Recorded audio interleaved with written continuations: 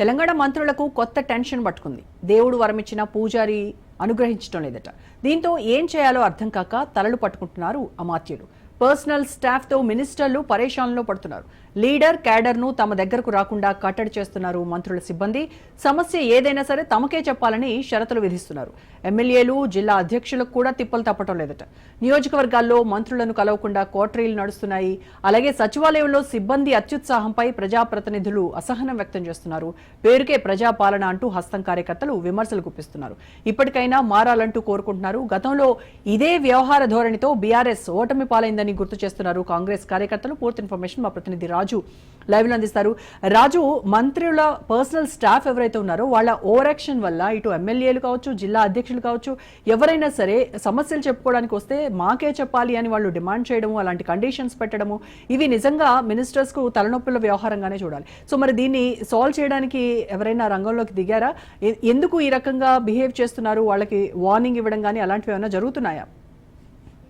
ముఖ్యంగా సచివాలయంలో ఇటు మంత్రులు కావచ్చు, అదేవిధంగా ఇటు ముఖ్యమంత్రికి కావచ్చు, ఇటు వ్యక్తిగత సిబ్బందితో ఒక కొత్త తలనొప్పి వచ్చిందని కూడా మనం చెప్పవచ్చు. ఎందుకంటే ఎవరైతే సుదూర ప్రాంతాల నుంచి, నియోజకవర్గాల నుంచి ఇటు మంత్రులను కానీ ముఖ్యమంత్రి కానీ కలవడానికి సచివాలయానికి వస్తే ఎవరైతే మంత్రుల సిబ్బంది ఉంటారో వారి తీరు వల్ల చాలా వరకు కూడా ఇటు ఈ సుదూర ప్రాంతాల నుంచి వచ్చిన వారు ఇబ్బందులు పడుతున్నటువంటి సిచ్యువేషన్స్ మనం గత కొద్ది రోజులుగా కూడా అడపాదడపా కనిపిస్తూ ఉన్నాయి. ప్రధానంగా పార్టీలో కూడా ఇవన్నీ కూడా చర్చనీయాంశమయ్యాయి. ప్రధానంగా ఎమ్మెల్యేలు కానివచ్చు, అదేవిధంగా ఇతర జిల్లా నాయకులు కావచ్చు, జిల్లా అధ్యక్షులు కావచ్చు, మంత్రులను కలవడానికి సచివాలయానికి వచ్చినప్పుడు ఇక్కడ మంత్రుల వ్యక్తిగత సిబ్బంది ఈ యొక్క వీళ్ళని గంటల తరబడి కూడా కూర్చుండబెట్టినట్టుగా కూడా తెలుస్తూ ఉంది. అయితే మంత్రులు ఏదైనా సమీక్షలో కానీ ఏదైనా ముఖ్యమైన మీటింగ్లో కానీ ఉంటే వెయిట్ చేయండి, లేదంటే కూర్చోండి అని చెప్పి కూడా గంటల తరబడి కూర్చోబెట్టినా పర్వాలేదు. కానీ ఆ మంత్రులు ఖాళీగా ఛాంబర్లో ఉన్నప్పుడు కూడా కలవనివ్వడం లేదు ఈ సిబ్బంది అని చెప్పి కూడా ఇప్పటికే ఒక కంప్లైంట్ అయితే చాలా వరకు కూడా మంత్రులకు వెళ్తున్నటువంటి సిచ్యువేషన్ కనిపిస్తూ ఉంది. చాలామంది వ్యక్తిగత సిబ్బంది అయితే కొంతమంది మంత్రి ఉన్నారా అని చెప్పి ఫోన్ చేసినప్పుడు కూడా ఎందుకోసం మీరు మంత్రిని కలవాలి, వివరాలు ముందు చెప్పండి అని చెప్పి కూడా వ్యక్తిగత సిబ్బంది ఇటు ఎమ్మెల్యేలకు కానివచ్చు, జిల్లా అధ్యక్షులకు కావచ్చు, కార్పొరేషన్ చైర్మన్లకు కావచ్చు ముందుగానే అడుగుతున్నటువంటి పరిస్థితి ఇక్కడ కనిపించడం శోచనీయంగా మారిందని చెప్పి కూడా ఇటు పార్టీ సీనియర్ నేతలు చెప్పుకుంటున్న పరిస్థితి కనిపిస్తూ ఉంది.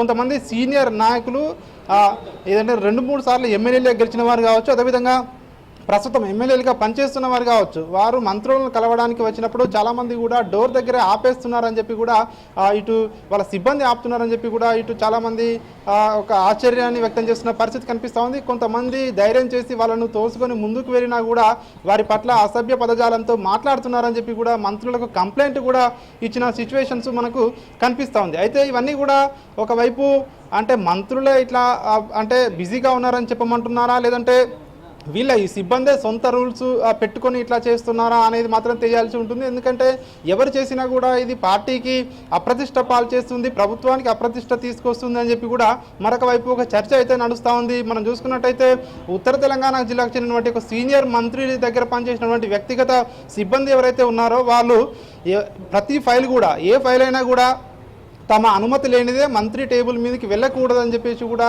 ఆఫీస్లో హుకుం జారీ చేశారని చెప్పి కూడా ఇటు చాలామంది ఎమ్మెల్యేలు కూడా ఒక అసహనాన్ని వ్యక్తం చేస్తున్న పరిస్థితి కనిపిస్తూ ఉంది. మరొక దక్షిణ తెలంగాణ మంత్రి దగ్గర అయితే ఒక వ్యక్తిగత సిబ్బంది ఎవరైనా మంత్రిని కలవాలని ఫోన్ చేస్తే మొత్తం వివరాలు తనకు చెప్పిన తర్వాతనే మంత్రికి ఫోన్ ఇస్తానని చెప్పి కూడా చెప్పిన ఘటనలు కూడా ఇటీవల వెలుగు చూసిన పరిస్థితి కనిపిస్తూ ఉంది. మరొక ఉత్తర తెలంగాణ జిల్లాకు చెందినటువంటి ఒక మంత్రి దగ్గర పనిచేసే వ్యక్తిగత లేడీ సిబ్బంది మాత్రం చాలామంది సీనియర్ నాయకులను కూడా పట్టించుకోవడం లేదు, కనీసం వస్తే మాట్లాడితే కూడా సరిగా స్పందించడం లేదని చెప్పి కూడా మంత్రికే కంప్లైంట్ ఇచ్చిన పరిస్థితి మనకు ఇటీవల వెలుగు చూసింది. ఇవన్నీ కూడా చూసినట్టయితే ఇప్పటికే ప్రజాపాలన అని చెప్పి కూడా అయితే కాంగ్రెస్ ప్రభుత్వం చెప్తా ఉందో దానికి భిన్నంగా ఇటు మంత్రులు కానివచ్చు, అదేవిధంగా ఇటు ముఖ్యమంత్రి దగ్గర పనిచేసే వ్యక్తిగత సిబ్బంది ఎవరైతే ఉంటారో కొంతమంది ఇట్లాంటి చేయడం వల్ల ప్రభుత్వానికి అప్రతిష్ట పాలొస్తుందని చెప్పి కూడా నాయకులు అయితే చర్చించుకుంటున్న పరిస్థితి కనిపిస్తూ ఉంది. ఒకవేళ నియోజకవర్గాలకు మంత్రులు వచ్చినప్పుడు కలవడానికి వెళదామన్నా కూడా నియోజకవర్గాల్లో వాళ్ళ కోటరీలు ఏర్పాటు చేసుకొని కేవలం కొద్ది మంది వాళ్ళకి ఎవరైతే మంత్రిని కలవాలని అనుకుంటున్నారో వాళ్ళకి మాత్రమే అపాయింట్మెంట్ ఇప్పిస్తున్నారు. కానీ వీరు ఎవరైతే అత్యవసర పనుల మీద వెళ్ళి కలవాలనుకుంటున్నారో వీళ్ళని కలవడివ్వడం లేదు అని చెప్పి కూడా చెప్తున్న పరిస్థితి కనిపిస్తూ ఉంది. ఏదేమైనప్పటికీ మాత్రం గత కొద్ది రోజులుగా కూడా ఇట్లాంటి పరిణామాలు ఏవైతే ఉన్నాయో ఈ ప్రభుత్వంలో తీవ్ర చర్చనీయాంశంగా మారింది.